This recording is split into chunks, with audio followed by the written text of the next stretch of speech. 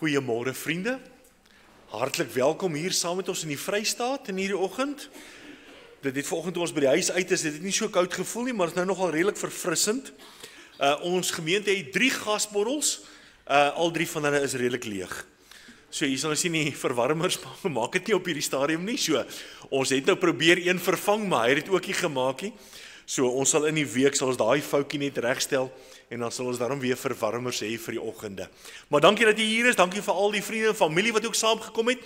Ek sien vir Dominee Caleb en mevrou Nadine Boshoff ook hier van Warm Palaborwa af. So jammer, julle is vanoggend hier. Maar dankie dat julle hier is. Dit is vir ons 'n voorreg om saam in die huis van die Here te wees en dan saam ook die Here te vertrou vir sy wonderlike werking in en deur ons lewens. So mag ons elkeen 'n verwagting hê, mag ons elkeen 'n begeerte hê dat die Here moet spreek in ons lewens en mag die Here dan so doen soos wat ons begeerte ook in hierdie oggend is. Baie geluk aan elke vader. Mag die Here u elkeen seën, die voorreg wat die Here vir ons as paas gegee het om pa te kan wees.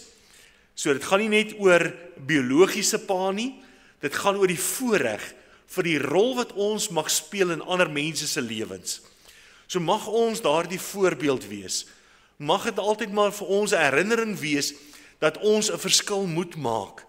Baie kere as ek praat met 'n paartjie oor huweliksberading en alles, dan kom dit maar altyd vir my terug na die man toe. Want die voorbeeld wat die Here vir ons gee in sy woord in Efesiërs is soos die gemeente Christus liefhet. Christus het sy lewe gegee vir die gemeente. Christus het sy lewe vir ons gegee. Aan die kruis gesterf terwyl ons dit nie verdien nie. So mag elke pa so onvoorwaardelik lief hê. Mag ons liefde uitstort vir ons gesinne. Mag ons 'n verskil maak aan almal in en rondom ons lewens. En mag die Here dan so ons gebruik in ons gesinne. So baie geluk met Vadersdag. Ek gaan vra dat ons na die tyd, daar is koffie en tee, daar's nie 'n tweede diens nie, daar's nie sonderskool vandag nie, omdat dit lang naweek is, maar na die diens, as die paas dan net vir hulle elkeen 'n geskenkie hier voor kan kom haal, en dan gaan ons heerlik saam koffie en tee drink, en dan heerlik ook saam geniet, ietsie wat almal gebring het, so baie dankie ook daarvoor, en dan gaan ons net saam koffie en tee drink, dat ons daarom net warm uit mekaar uit kan gaan. So baie dankie dat jy in hierdie oggend hier is, mag die Here ons elkeen seën. Namens die Here Ware Kerk aan net die volgende afkondigings. Dis vir ons 'n heerlike voorreg en ons nooi, as jy nog nie hier was nie, om saam met ons te kom bid in die oggende, elke sonnagoggend om 8:00, dan bid ons saam, dan vertrou ons die Here saam. U hoef nie hardop saam met ons te bid nie. Dis net heerlik. Daar's nie altyd 'n gebed wat opgaan nie. Partykeer is daar net 'n stilte, maar is lekker om saam te wees hier in die kerk. Net jou hart te kan stil maak en te kan sê, spreek Here met my. Ek wil vanoggend u teenwoordigheid ervaar. So mag ons dan so dan saam wees. Ons wil elkeen uitnooi om daai geleenthede ook saam met ons dan mee te maak. Vanoggend se erediens, as jy slankie skriflesing wil naslaan, 1 Johannes hoofstuk 3. Dis in die einde, dis nie die evangelie van Johannes nie, dis net voor Openbaring. 1 Johannes hoofstuk 3 gaan ons saam lees vanaf vers 10. Woensdagoggend bid hier by Tannie Rita Brinkman, die aand bid hier om 6:30 hier by die kerk, donderdag aand die aanlyn bid hier van 7:00 tot 8:00. Jy is meer as welkom, asseblief help ons, stuur die skakel aan na familie en vriende, dat hulle dan so kan deel wees van die aanlyn bid hier. Hierdie week eers komend gaan ons DV dan eers klaarmaak met Tessalonisense, en dan gaan Dominee Martin weer na die skoolvakansie, sal hy dan weer begin met die volgende boek. Ons wil nie nou hê hy moet nou begin met 'n boek, en dan moet dit nou weer oorstaan deur die vakansie nie, sodat ons dan 'n program kan volg, so, dan gaan ons weer na die vakansie aan met die aanlyn bid hier. En dan Vrydag aand is die heerlike teelepeltjie pasta ete hier by die kerk. Daar's nog nie baie wat u naam opgesit het nie, so asseblief, stuur vir Jana net u naam, en hoeveel van u gesin, u familie wil dit kom bywoon, dan gaan ons net heerlik saam kuier, en dan saam ook hier by die kerk wees. Die verwarmer sal dan al Vrydag aan wees, terwille van die wat gaan koud kry. 22 Junie, kerkaalsbid hier, is volgende Sondag by Dominee Martin aan huis, om 4:00 die middag.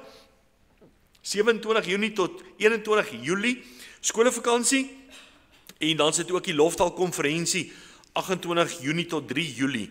As jy nog wil gaan, daar is kampeerplekke beskikbaar, so jy is meer as welkom om dan net vir mevrou Elise Laaien te skakel, en dan net dan so met haar te bevestig, dat hy ook gaan bywoon, dis maar net terwille van hulle beplanning vir die kosvoorrade en so meer.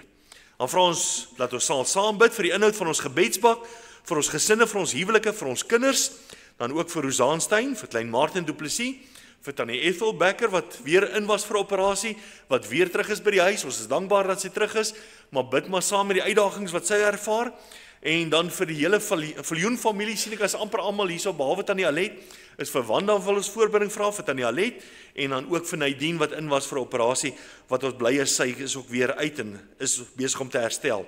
Vir oom Johan Streder, vir Tannie Ria Roos vra ons voorbidding, vir Len van Pletsen wat weer herstel na sy operasie, vir my skoonpa Ben Venter wat in die week ingaan vir sy operasie, wil ons ook vra, is ook 'n redelike groot prosedure, help en bid ook saam met ons daarvoor, dat die Here hom ook sal deurdra, en dan ook, is ons dankbaar aan Irina as wie hier by ons, sy was nou 'n rukkie afwesig, hulle het nie getrek nie, sy was nie met vakansie nie, sy was net by die huis en herstel na haar operasie. So ons is bly, Tannie Irina het nou 4 bene, sy loop nog met krikke en alles, so mag die Here Tannie ook help met die herstel en dat dit ook sal spoedig wees. Dan die verjaarsdag in hierdie week wat voorlees, Tannie Alet Viljoen, die 21ste. Psalm 121 vers 3 en 4 sê, hy kan jou voet nie laat wankel nie, jou bewaarder kan nie sluimer nie. Kyk, die bewaarder van Israel sluimer of slaap nie. En ek is besig om so te beweeg deur Psalm 121 met die gelukwense, en is my mooi dat dit nou val by Tannie Alet, dat die bevestiging ook in haar lewe is, waar ons nou al baie kere gedink het, dit gaan baie swaar met Tannie Alet se gesondheid, en dan rig die Here haar net weer op. So die bewaarder van Israel sluimer of slaap nie, hy dra Tannie Alet deur, en daarvoor is ons baie, baie dankbaar. Dit is al die afkondigings wat ek graag onder die aandag wou gebring het. Ons gee dan nou geleentheid vir die opneem van die kollekte asseblief. Kom ons lei die oë. Dierbare Here Jesus, baie dankie vir die wonderlike voorreg wat ons het om vir U te kan teruggee. Ja Here, dis met groot dankbaarheid. Want Here, U kom en voorsien vir ons in elke behoefte. So ook vanoggend met geestelike brood. Here, kom voed ons siele, sodat wanneer ons hier uit beweeg, ons sal gevoed sal wees. En vir die week wat voorlê. Amen. Amen. Vriende, ek wil u nooi om saam met my te staan, dan kan u lekker saam warm word saam met my. Kom ons staan, dan sing ons hierdie 2 liedere heerlik saam, en dan gaan ek vra dat almal sommer gaan bly staan na die sing van die tweede lied vir ons openingsgebed asseblief. Kom ons staan, dan sing ons saam. Here, baie dankie dat ons selfs deur die sing van hierdie wonderlike liedere, Here, ons smagting kan kom uitspreek. Here, dat daar 'n verlang in ons harte is na u teenwoordigheid, na u krag, na u instaatstelling. En daarom, Here, is ons in hierdie oggend hier saam. Here, ons verklaar ons afhanklikheid van u. Here, ons verklaar dat ons nie self kan nie. Here, ons het u nodig. En daarom, Here, terwyl ons as mens, Here, baie kere so ingewikkeld is, Here, help ons, gee vir ons die genade, gee dat ons, Here, u droom in u hart vir ons lewe sal raak sien. Here, dat ons sal besef wat u wil hê in ons lewens moet gebeur. Nie, Here, wat ek wil en hoe ek wil nie. Maar Here, dat ons u sal vertrou. Dat u dan so vir ons duidelikheid sal gee. Here, wat wil u hê? Here, wat moet ons doen sodat ons u naam kan verheerlik? Daarom, Here, terwyl dit lekker koel daar buite is, Here, wil ons vra dat u ons harte sal warm maak. Dat die koue ons nie sal herinner, Here, dat dit koud is en dat dit ongemaklik is en dat alles wat sleg is nie. Maar Here, dat ons u woord sal hoor, sonder enige, Here, iets wat ons weer daarvan wil weerhou, en dat ons harte sal oopstel vir u wonderlike werking in ons lewens. Here, ons slaan ons oë op na die berge. Waar sal ons hulp vandaan kom? Ons hulp is van u alleen, Here, wat hemel en aarde gemaak het. Gemeente, genade, barmhartigheid en vrede word die geskenk van God ons Vader en Jesus Christus ons Here, deur die kragvolle werking van die Heilige Gees. Amen.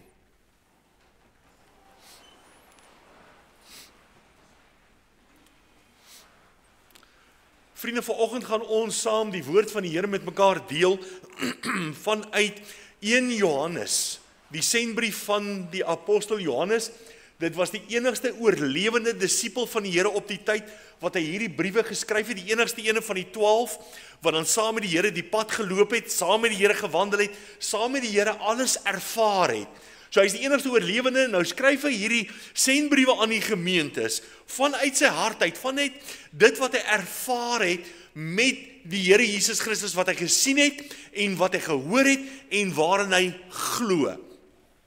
Die hooftema van hierdie briewe en die vraag wat hy dan vra daarmee is: hoe lief het jy die Here? Hoe lief het jy Jesus? En dis my 'n vraag wat kom vanuit sy disipelskap uit, iets wat hy ervaar het met sy vriend Petrus, wat die Here vir hom die vraag gevra het: Petrus, het jy my lief? Het jy my agape? Het jy my selfopofferend lief? En dan Petrus die hele tyd geantwoord: Here, ek het net filio. Here, ek het net menslik lief. Solank as wat dit my pas, solank as wat dit in my prentjie inpas, solank as wat dit in my verwysing inpas, solank as wat dit my pas, het ek U lief.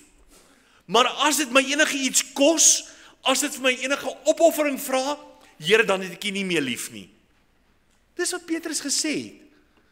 En dis wat ons as mens so dikwels sê. Kom ek verduidelik. Dis maklik om te sê, Here, ek het U lief, met my hele hart, met my hele lewe. Maar dan vra die Here van jou iets, om stilte tyd te hou, om te bid, om die Here te vertrou, om jou 10de vir die gemeente te gee, om watter opoffering ook al daar is. En dan begin ons met die verskonings. Ja, maar Here, en dan het ons al hierdie redes wat ons dan voer, wat ons onsself regverdig. Petrus het gesê, ek ken hom nie, toe hy gevra word. Nou hy gesê, Here, ek gaan tot in die dood in, saam met U. Here, die Romeine sal U nie net sommer gevange neem nie. Ek sal my swaard uitpluk en sy in Malgas se ore afkap. Here, ek sal U beskerm, ek sal dit wys. Maar die oomblik toe sy lewe bedreig word, toe hy bang is, dieselfde wat hulle met die Here doen, gaan hulle met hom doen. Toe sê hy op die agtergrond, toe sê hy, ek ken hom, ek weet niks van hom af nie. Ek was nog nooit by hom gewees nie, ek wil niks van hom weet nie.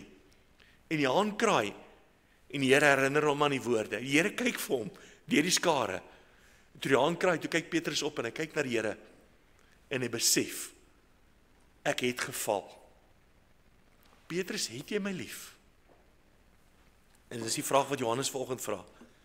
Hoe lief het jy my? Johannes, kom spreek die gemeentes aan. Jy sal sien hierdie eerste brief is hier onderaan geskeur. Spreek van die gemeente wat geskeur het. Die gemeente wat nie toegewyd wil wees nie. Wat die Here wil dien op hulle eie terme. En daar is nie 'n kompromie wat ons met die Here kan maak, sodat die Here in ons lewens kan inpas nie. En dit is die gesindheid waarna ons nou vanoggend na hierdie gedeelte moet gaan kyk. Ons tema is laat jou gewete rus.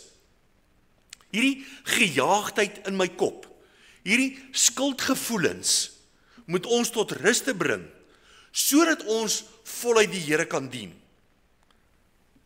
Maar die Here het ons gemaak met 'n gewete. Nou, van die kommentare wat ek gelees het, vra hulle maar, hoekom het die Here vir ons 'n gewete gegee, as ons gewete ons heeltyd aankla? Jy weet, mense is baie krities. Mense wil altyd die slegste glo van ander mense. Mense wil graag skinder, mense wil graag hierdie sensasie deel van ander mense se lewens, terwyl hulle self agter die deur staan. Dis menslik. Maar laat jou gewete rus in die feit van, ek hoef myself nie te gaan verdedig voor die wêreld nie. Ons lees baie van die psalms, wat Dawid sê, Here, my teestanders is so oorvloedig.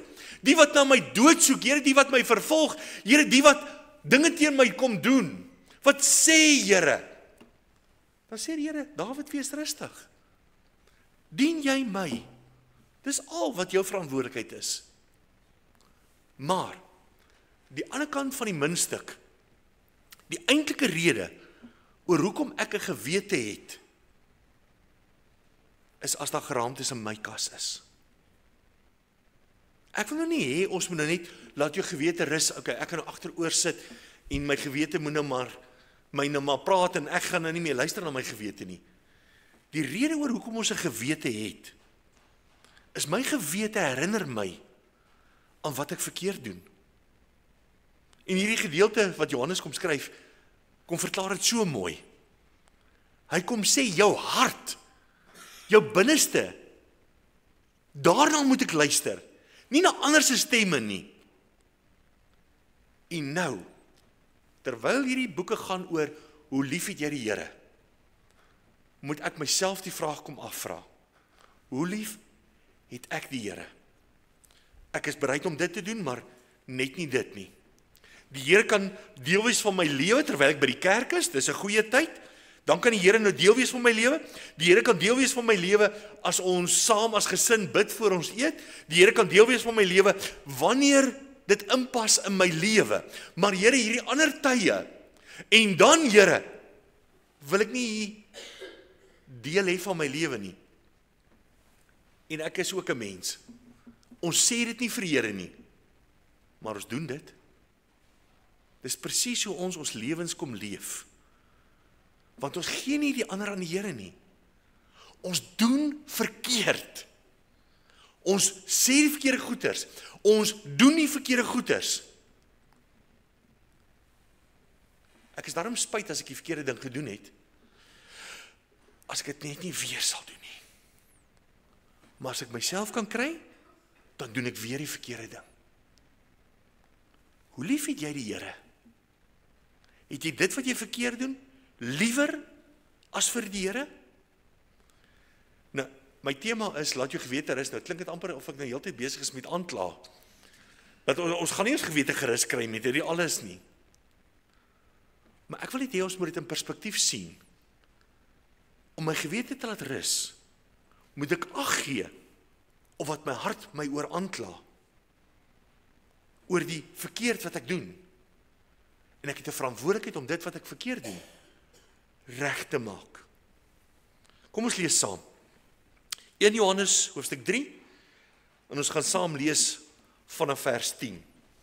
En let nou op hoe belangrik is die liefde. Dis nou in die gemiddel van die gedeelte, ek gaan nie die hele perikoop saam lees nie, maar dis nou die gedeelte wat van toepassing is op ons boodskap vanoggend. 1 Johannes hoofstuk 3 vanaf vers 10. Hierin is die kinders van God en die kinders van die duiwel openbaar.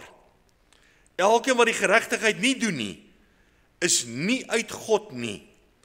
En hy ook wat sy broeder nie liefhet nie. Want dit is die boodskap wat julle van die begin af gehoor het, dat ons mekaar moet lief hê.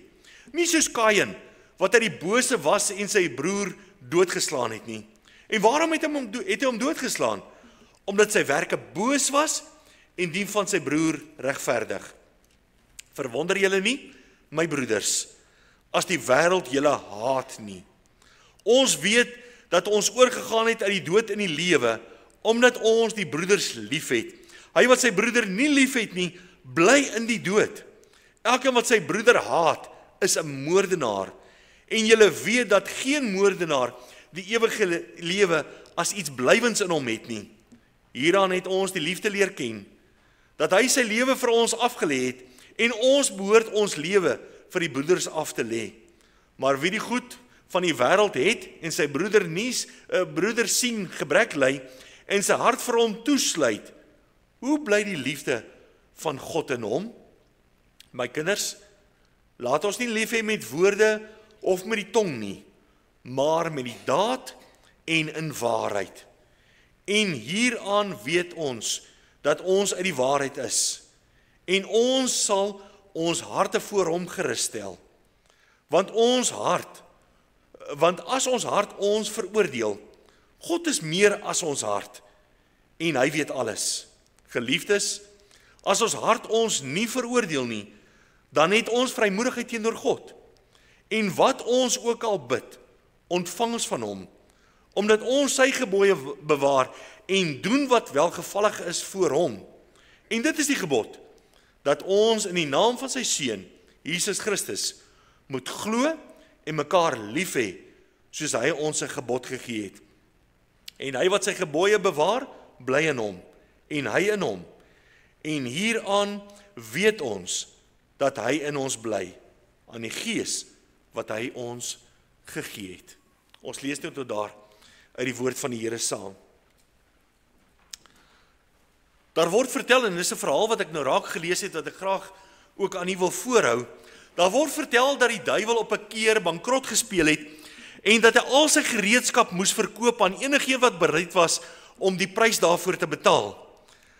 Op die aand van die fundisie was al die gereedskap pragtig uitgestal en die hele bose lot het daar gelê. Daar was jaloesie, afguns, haat, onsedelikheid, oorspel, dronkenskap, moord, vyandskap, woede en al die ander bose stukke gereedskap, elkeen met sy prys daarop.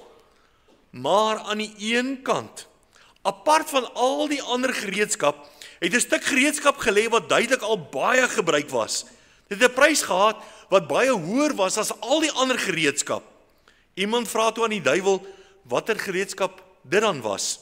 Die antwoord was, dit is selfverwyd, mismoedigheid, jou gewete. Nou waarom is dit dan so duur, wat die persoon weet? Omdat dit vir my baie meer nuttig is as al die ander, het die duiwel gesê. Hiermee kan ek iemand se bewussyn oopdwing en binnendring, wanneer ek dit nie kan doen met enige van die ander gereedskapstukke nie. En as ek eers binne is, kan ek dit gebruik soos wat dit my pas. Die stuk is al so gehavend, want ek gebruik dit op byna elke mens. Want sien, baie min mense weet, dat selfverwyd, mismoedigheid, jou gewete, eintlik aan my behoort. Selfverwyd, mismoedigheid, sy prys is so hoog dat die duiwel dit nog nooit kon verkoop nie. Hy besit en hy gebruik dit steeds baie effektief vandag nog. Dikwels word ons oorweldig deur ons omstandighede, ons skuldgevoelens en ons swaar kry, dat ons ophou om te glo dat ons moed verloor. Dinge waaroor ons onseker is of waaroor ons skuldig is, bly voel, dryf ons baie kere in 'n gat van mismoedigheid en dan breek dit ons spoed. Dit is soos 'n handrem wat al stywer getrek word en op die ou end dwing dit ons tot stilstand. Onsekerhede. Hierdie skuldgevoelens van die duiwel is nie deel van God se toerusting om ons op die pad aan te help nie. Dit is gereedskap wat die duiwel gebruik om ons vreugde te steel en om ons te keer dat ons nie kan uitkom by die doel wat die Here met ons lewens het nie. Soms word ons dan so gekonfronteer hier in ons binneste en dan voel ons skuldig oor die foute wat ons gemaak het. En dit is uitsluitlik die rede oor hoekom ek en jy 'n gewete het. Ek wil nou al reeds net herinner. As ek skuldig voel oor dinge waaraan ek skuldig is, moet ek vir die Here om vergifnis vra. Maar ook wat belangrik is, ek moet myself vergewe.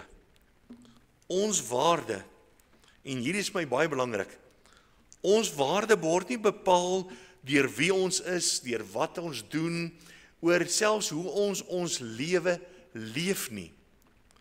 Ek moet weer herinner word, my waarde is dat ek kind van God is, as ek my hart vir die Here gegee het. Hier is 'n paar dinge wat vir my belangrik is. Ons kan nie praat oor skuldgevoelens nie, ons kan nie praat oor ons gewetes en oor hoe die Here ons wil help op die pad van ons lewe as ek nie 'n kind van God is nie.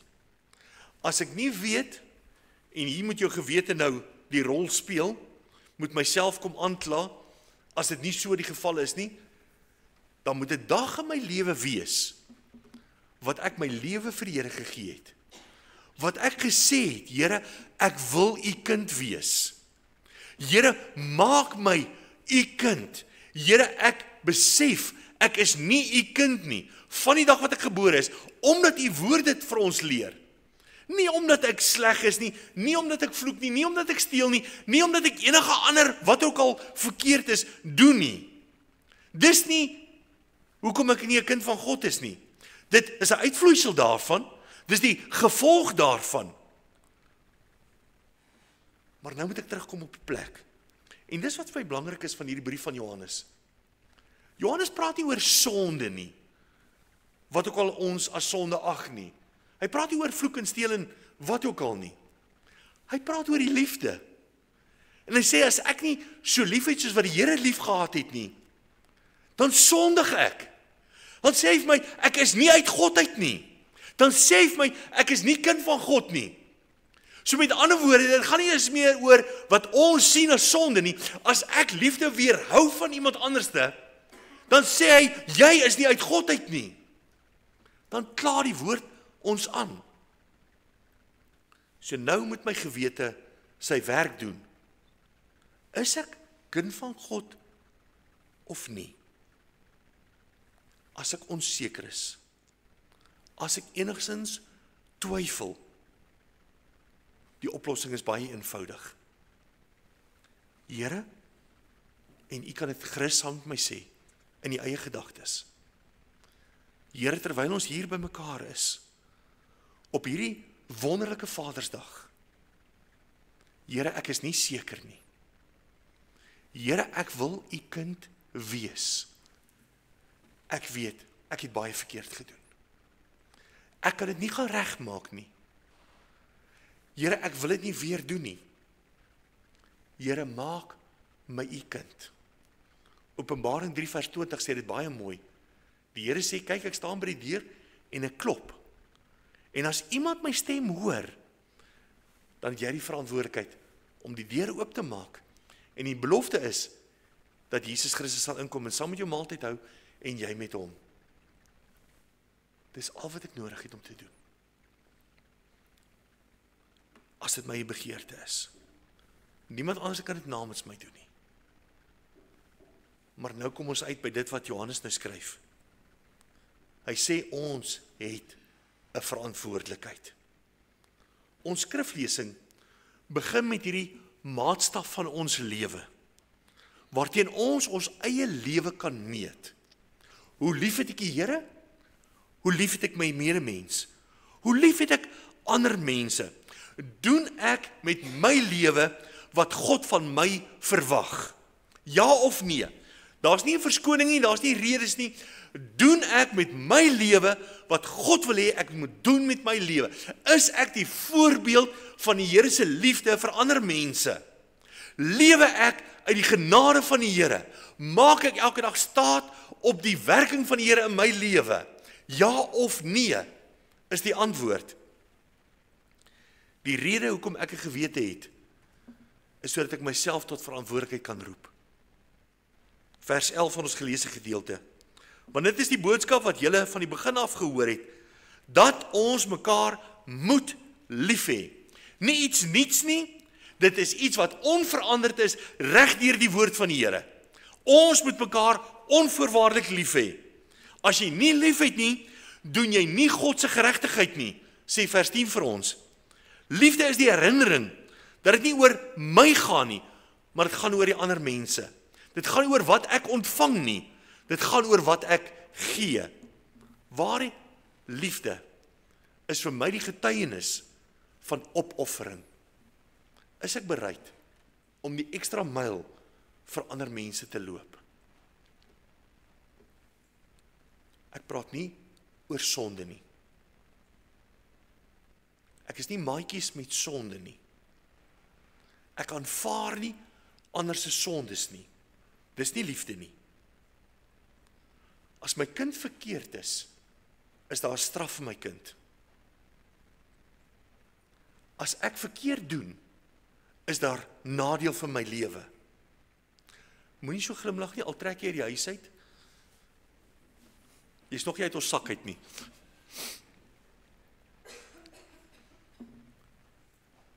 Dit gaan oor liefde. Watter ouer sal sy kind los en nie aanhoudend vir hom bid as hulle op die verkeerde pad is nie? Watter ouer sal sy kind nie terughou van iets wat hulle kan seermaak nie?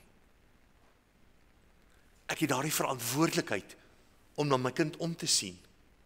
En dis liefde. Ek laat nie my kind toe om net te doen net wat hulle wil nie. Daar's riglyne.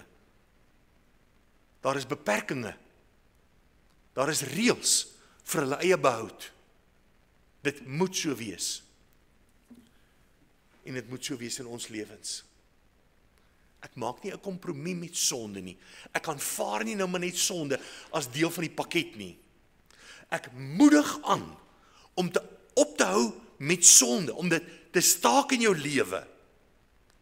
Want dit wat ek spandeer aan sonde, is tot die ongeregtigheid van God. En God straf. Here, hoekom gaan dit so sleg met my? Want die Here straf jou. Die Here probeer jou weghou van dit wat jy verkeerd doen.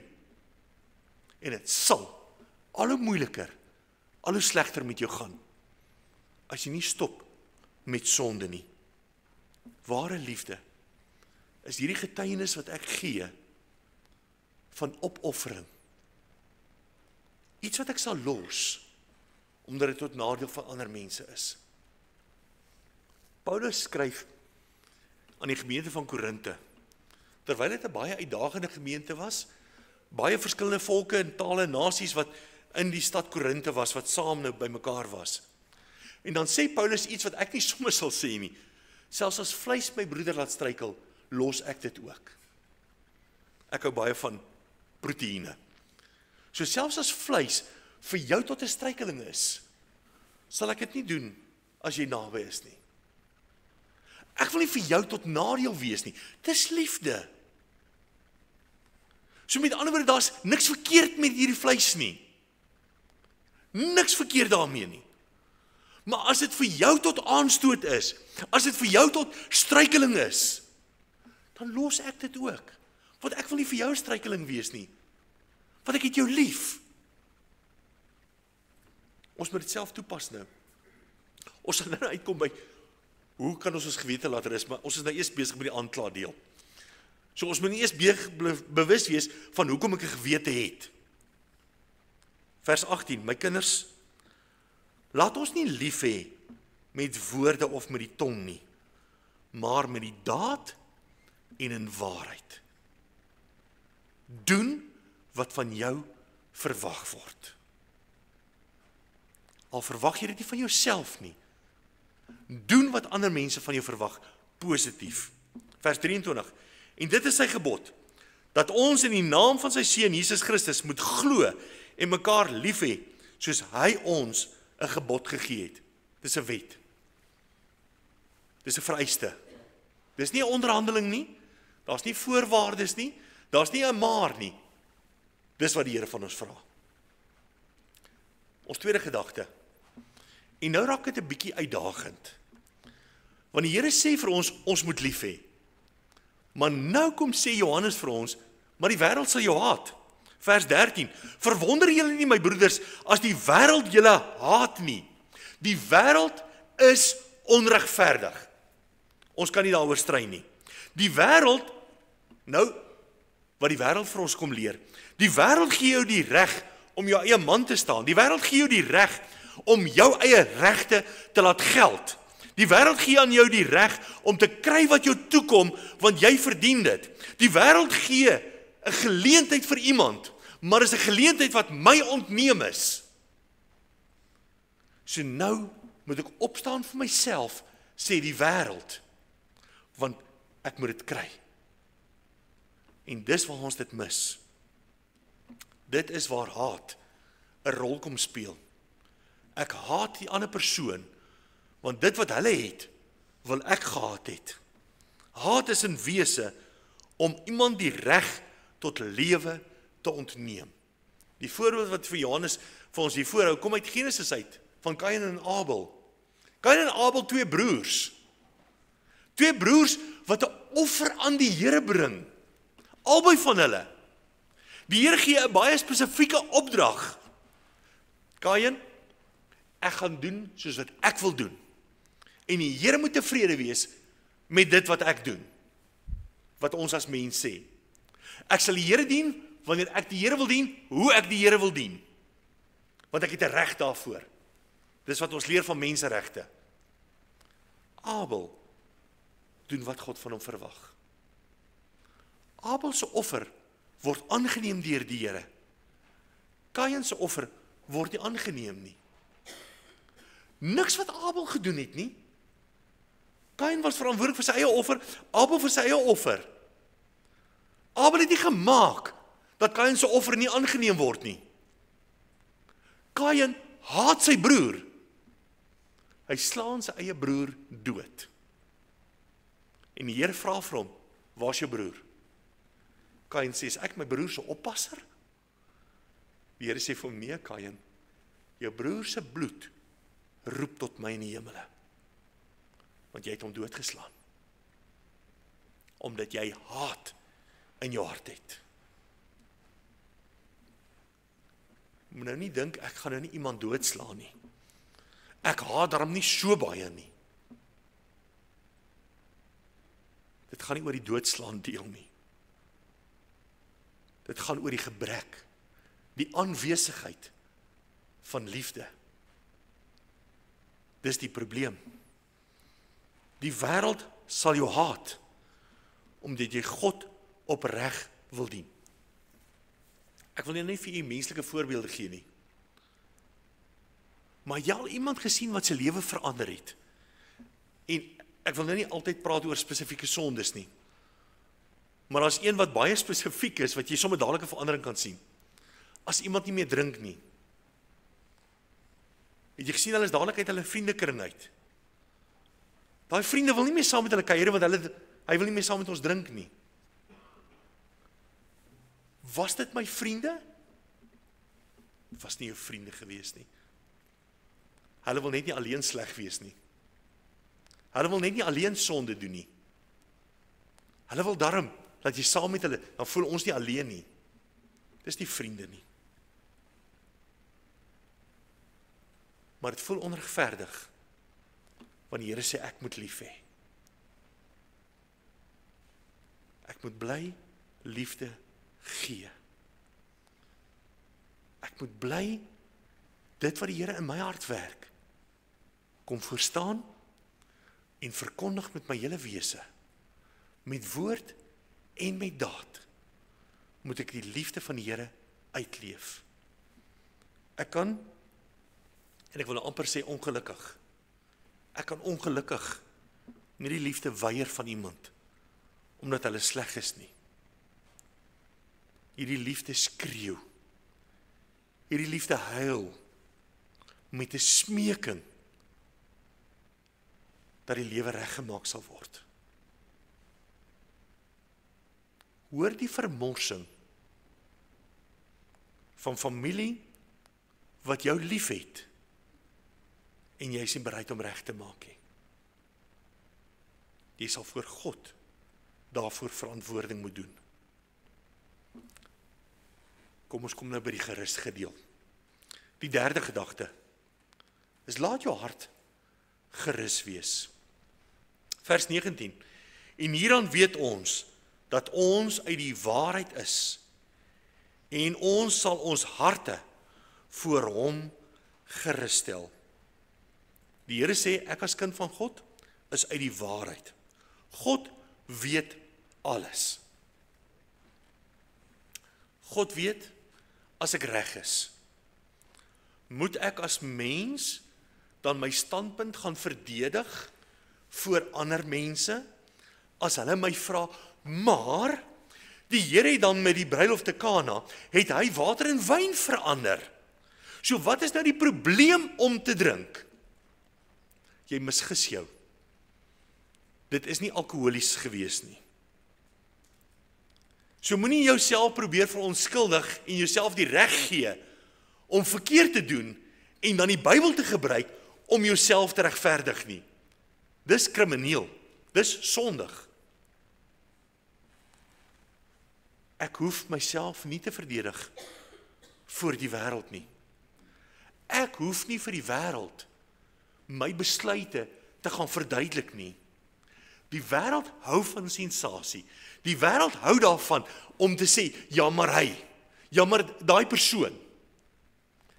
Paulus herinner ons dat ek moet reg optree, Paulus sê vir die gemeente van Korinthe, 1 Korintiërs 11:1, wees julle dan my navolgers soos wat ek het van Christus is. Hy sê vir hulle, doen julle wat ek doen? Partykeer moet ek stil bly. En nie my standpunt net wil stel, sodat hulle my kan glo nie. Dit kom neer, nie by die woorde nie, maar hoor hoe jy optree. Ek hoef nie myself te verdedig voor die wêreld nie.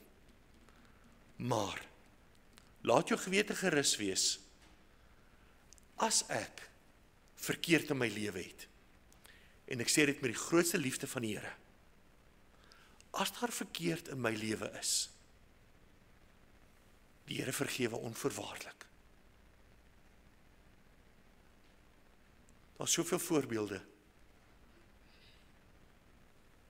Die skrifgeleerdes, die kerkmense, bring 'n vrou na die Here. Sy is in die daad van egbreek betrap. Die Romeinse wet het gesê, sy kan met klippe doodgegooi word op daai plek. En hulle bring haar voor die Here. En hulle bring die aanklag.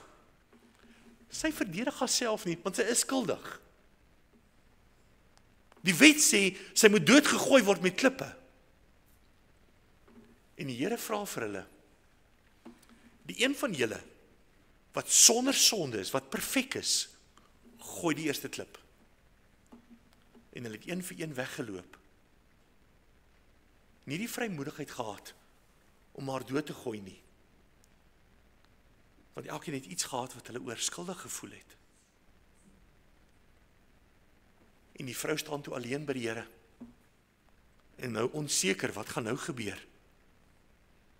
En die Here sê vir haar, jou sonde is jou vergewe. Gaan en sondig nie meer nie. Moenie aanhou met wat jy besig is nie. Dis die genade van die Here. Dis sy liefde. God vergewe. Hy verwyder ons sonde so ver soos die ooste is van die weste. Hy werp dit in die dieptes van die see, sy belofte, en hy dink nooit weer daaraan nie. God vergewe, volkome, maak my 'n nuwe skepsel. Dawid het in sy lewe 'n uitdaging gehad. Dawid het op die paleis se dak gestaan. Hy het 'n vrou gesien wat besig was om te bad op haar huis se dak. Hy het die vrou begeer. Hy laat haar haal. Hy het gemeenskap met hierdie vrou, hy maak haar swanger. Maar sy is getroud met 'n ander man. Hierdie man is in die oorlog vir Dawid se weermag. Sy gaan terug na huis. Sy laat Dawid later weet, ons het 'n probleem. Ons sonde is besig om te groei. Ons sonde gaan nie weggesteek kan word nie. Dawid laat vir Uria haal. En hy sê vir hom, jy is 'n goeie soldaat. Gaan bietjie huis toe na jou vrou toe. Hoopelik. Dink hy dan, dit is sy kind wat later gebore word. Uria weier. Hy sê, ek kan nie na my huis toe gaan, terwyl my medesoldate nog in die oorlog is nie. Ek sal by die stadspoort gaan staan en daar gaan wag hou, sodat ons stad veilig is. Dawid sien Uria wil nie huis toe gaan nie. Hy gee opdrag, Uria moet heel voor gaan veg. Die beste moontlike kans om dood te maak. Uria word gedood. Gelukkig vir Dawid. Batseba rou. Batseba trou met Dawid. Min of meer 2 jaar later kom die profeet Nathan na Dawid. Hy vertel vir hom 'n verhaal. En hy sê vir hom, daar was een keer 'n ryk man met baie vee. En dan kom 'n reisiger na hom. En die reisiger gaan by hom tuis die aand. Maar hy wil nou nie een van sy baie vee vat en 'n maaltyd voorberei nie. Hy gaan vat toe die arme man daar naby, sy enigste ooi wat hy het. En hy slag die, en hy gee dit vir hierdie man om te eet. En Dawid sê vir Nathan, daai man moet sekerlik sterwe. En Nathan sê vir Dawid, jy is daardie man. Jy het Uria se vrou geneem, wat jy nie moes doen nie. 'n Aanklag, 'n besef. Nie van nou van redes gee nie. Ek het verkeerd gedoen. En toe skryf Dawid Psalm 51. Hoor nou die berou in sy hart. Hoor nou die wens in my hart. Here, ek wens, dit wat ek verkeerd gedoen het ek nooit gedoen nie. Here, ek wens, ek het dit anders te hanteer. Onthou nou, dis my gesprek tussen my en God. Nie tussen my en ander mense nie. Ek gaan my nie self regverdig nie. Want eintlik is Dawid skuldig. En nou bid Dawid. Psalm 51 vers 3. Wees my genadig, o God, na u goedertierenheid. Delg my oortredinge uit na die grootheid van u barmhartigheid. Was my heeltemal van my ongeregtigheid en reinig my van my sonde, want ek ken my oortredinge. Here, my gewete kla my aan en my sonde is altyd deur voor my. Teen u alleen het ek gesondig en gedoen wat verkeerd is in u oë, sodat u regverdig kan wees as u spreek, rein as u gerig hou. Kyk, in ongeregtigheid is ek gebore en in sonde het my moeder my ontvang. Ek gaan nie nou verskonings gee nie. Kyk, u het 'n welgevalle aan waarheid in die binneste en in die verborgene maak u aan my u wysheid bekend. Onsondig my met hyssop, dat ek kan rein wees. Was my, dat ek witter kan wees as sneeu. Laat my vreugde en blydskap hoor. Laat die gemeente juig wat u verbrysel het. Verberg u aangesig vir my sondes en delg uit al my ongeregtighede. Alles, Here. Dit gaan nie nou net oor met my en Batseba nie. Here, al my ongeregtigheid. Skep vir my 'n rein hart, o God, en gee opnuut in die binneste van my 'n vaste gees. Verwerp my nie van die aangesig nie en neem die Heilige Gees nie van my weg nie. Gee my weer die vreugde van die heil en ondersteun my deur 'n gewillige gees. Ek wil die oortreders u weer leer dat die sondaars hulle kan tot u kan bekeer. Red my van bloedskuld, o God, God van my heil. Laat my tong u geregtigheid uitjubel, dat ek kan bly wees. Die Here het vir my verlos. Here, open my lippe, dat my mond u lof kan verkondig. Want u het geen lus in slagoffer nie. Anders sou ek dit gee. In brandoffer het u geen behaag nie. Daar's nie iets anders wat ek kan doen nie. Ek kan nie 'n omkoopgeskenk doen nie. Die offers van God is 'n gebroke gees. 'n Gebroke gees en 'n gebroke en verslae hart sal u, o God, nie verag nie. Dis die manier hoe die Here my vergewe. Ek sê weer, die gewete kla jou baie keer aan as jy reg opgetree het. Ek hoef myself nie te verdedig voor die wêreld nie. Ek hoef nie vir hulle alles te gaan verduidelik van hoekom het ek hierdie besluit geneem nie. Ek moet reg voor God wees met my besluit. En ek moet met my besluit staan. Maak nie saak wat die wêreld sê nie. Want God het dit in my hart gewerk om dit so te doen. Maar die tweede, as ek verkeerd is, kan ek dit nie onder die mat invee nie. Dis tot jou eie nadeel, as jy daarmee handel nie. Daar's ongelukkige klein waarheid in die Bybel opgeskrywe, wat sê sonde baar sonde. As daar 'n miverigheid is, gaan dit nie net 'n bietjie mif bly nie. Dit word meer, daai goed teel aan soos, ek weet nie hoe nie. Dit word meer, dit is oorweldigend. Dit sal, dit wat dit aankleef, oorneem. Jou lewe sal sonde word. Dis die waarskuwing wat die Here vir ons gee. Moenie met sonde speel nie. Die hele probleem, en dis die slotgedagte, jou gewete beroof jou van vrymoedigheid. Geliefdes, as ons hart ons nie veroordeel nie, dan het ons vrymoedigheid voor God. As my hart my veroordeel, het ek nie vrymoedigheid voor God nie. Dan skram ek weg van dit wat reg is, van dit wat God verteenwoordig. Wil ek nie by die kerk wees nie, ek sal nou maar hierdie opoffering moet maak. Ek wil nie hier wees nie, ek wil nie hoor nie. Ek wil net hoor, ek is alright. Dis al wat ek wil hoor. Ek kan nie vir jou sê jy is alright nie. Jy moet dit self bepaal. Jy het 'n gewete. Ek moet self daai sommetjies maak vir myself. Nie met verskonings nie. Nie met 'n regverdiging nie.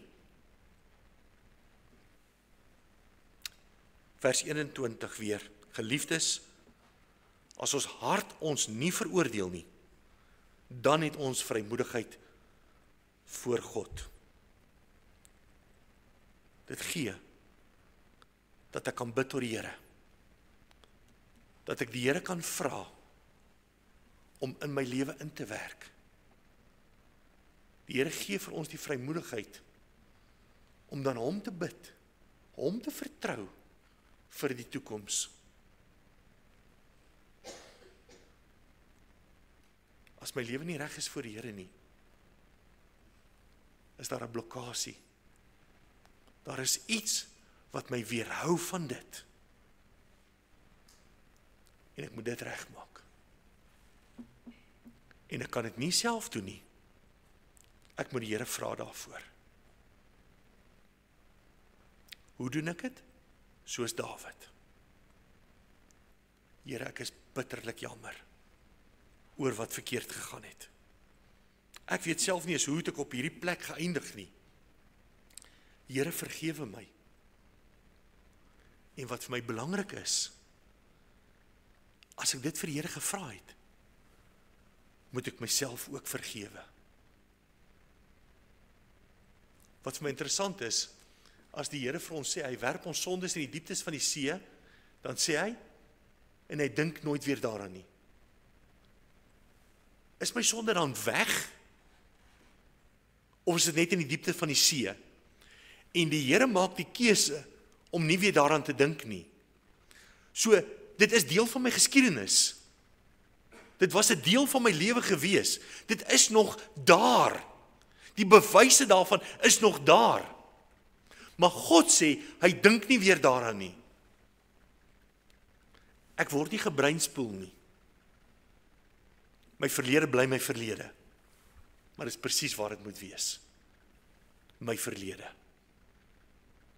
En nou moet ek die Here vertrou vir die pad vorentoe. Hierdie brief gaan oor liefde. Gaan oor goed doen. Gaan daaroor om nie vir jouself te lewe nie. Nie te kyk wat ek kan kry en hoe ek gaan kry wat ek wil hê nie. Maar hoe kan die Here my in staat stel om 'n verskil in ander mense se lewens te maak? Nie net met woorde nie, maar met daad, sê Johannes. Hoe kan ek 'n verskil maak vir iemand anderste in hulle lewe? Mag die Here ons help, mag die Here ons seën, mag die Here ons kragtig gebruik, sodat ons die liefde van die Here spreek sonde aan, maar dis met liefde wat die Here dit vir ons kom doen. Nie van, toe maar, jou sonde is nie so baie nie, geen sonde is reg nie. Die Here sê ons moet regverdig wees voor die Here. As ek my bewus is van sonde in my lewe, moet ek dit bely voor die Here. En dis die genade van die Here. Leef daarom die positiewe uit, die liefde van die Here vir alle mense. Amen. Kom ons bid saam.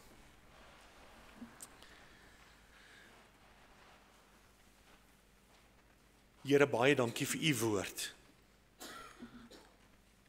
Dankie Here dat u ons so lief het. Here, dat u met ons bemoeienis maak. Here, dat u in hierdie oggend, Here, opnuut het vir ons kom wys. Here, dat ek het 'n verantwoordelikheid. Here, ek het 'n maatstaf by U ontvang om my lewe teen te meet. Sonder 'n maar, sonder 'n verskoning, sonder 'n wat van dit en wat van al die ander goeders, Here. Wat van iemand anderste? Here, dit gaan oor my en my verhouding met U. En daarom, Here, dankie dat ons deur U genade in staat gestel kan word om U liefde te kan beantwoord. Help ons, Here, dat dit nooit anders as net dit sal wees nie. Gee dat U liefde ons sal oorweldig. Gee dat U liefde, Here, vir ons die maatstaf sal wees. Die rede sal wees om elke dag op te staan. Die rede sal wees om die regte besluite te neem, om die regte voorbeeld te wees, Here, om die regte verskil in ander se lewens te gaan maak.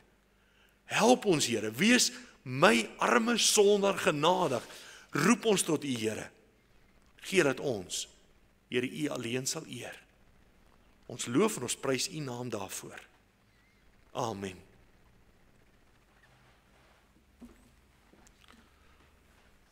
Die lied wat ons nou ten slotte gaan saam sing, vra die vraag, wil U nou vry wees van sonde se mag?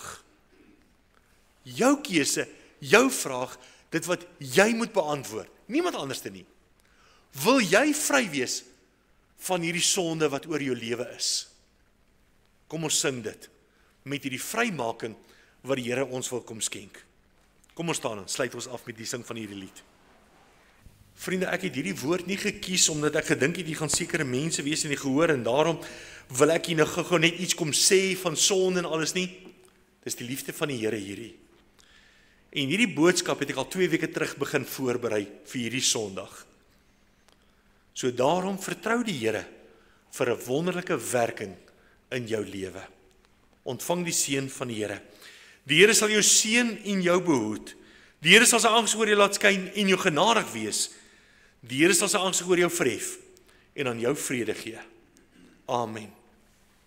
Baie, baie dankie.